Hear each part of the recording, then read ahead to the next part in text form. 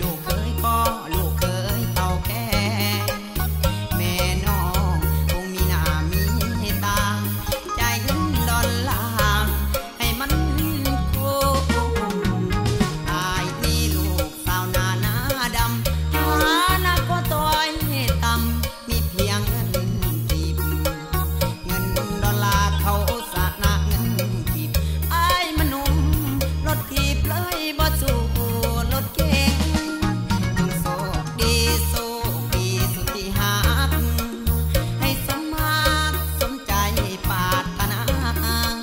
ให้เป็นสุขจับจ่ายเงินดอลลาร์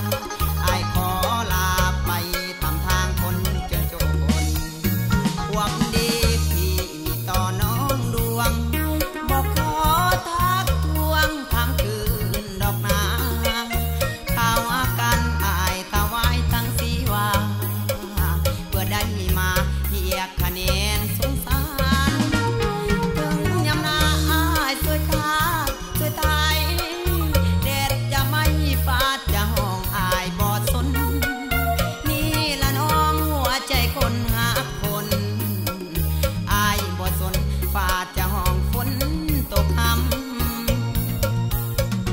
นำใจอ้ายทุ่มเทให้บ่มีความหมายมันเป็นมันเป่าสู่นำเงินของเขาบ่ได้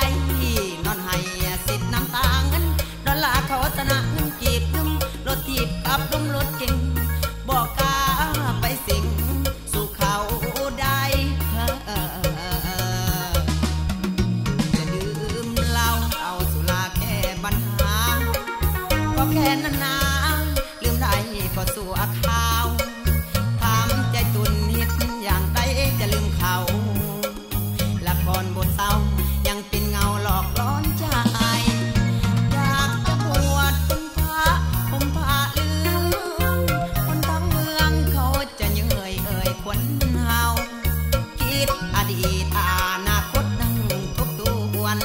ขาดเนื้อนวลไอ้คงบ่ตาย